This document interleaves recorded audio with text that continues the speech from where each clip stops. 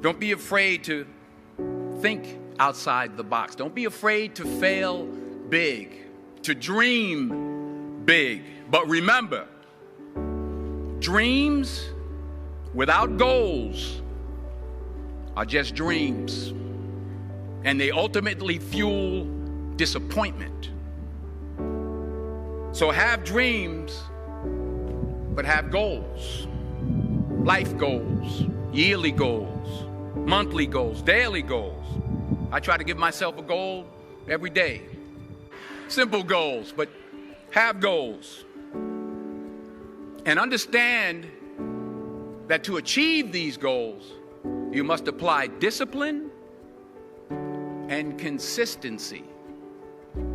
In order to achieve your goals, you must apply discipline, which you have already done, and consistency every day, not just on Tuesday and miss a few days. You have to work at it every day. You have to plan every day. You've heard the saying, we don't plan to fail, we fail to plan. Hard work works.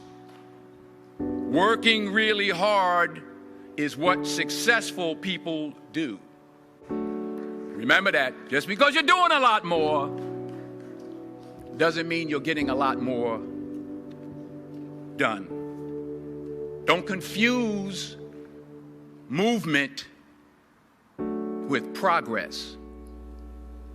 I found that nothing in life is worthwhile unless you take risks.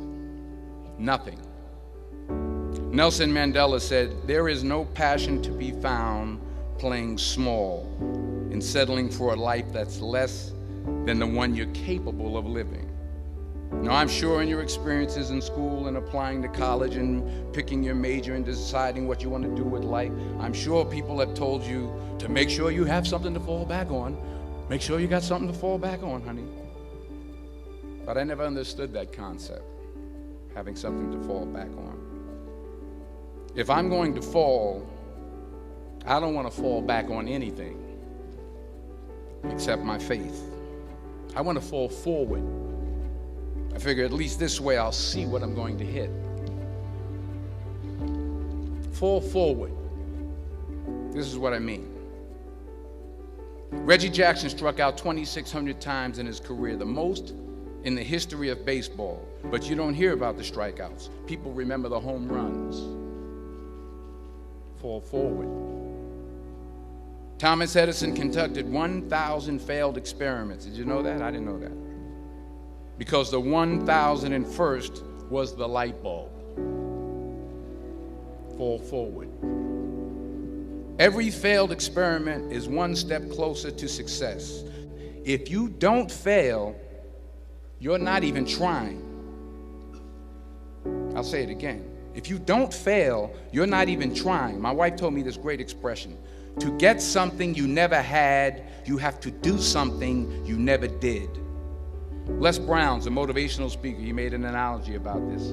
He says, imagine you're on your deathbed, and standing around your deathbed are the ghosts representing your unfulfilled potential. The ghost of the ideas you never acted on. The ghost of the talents you didn't use.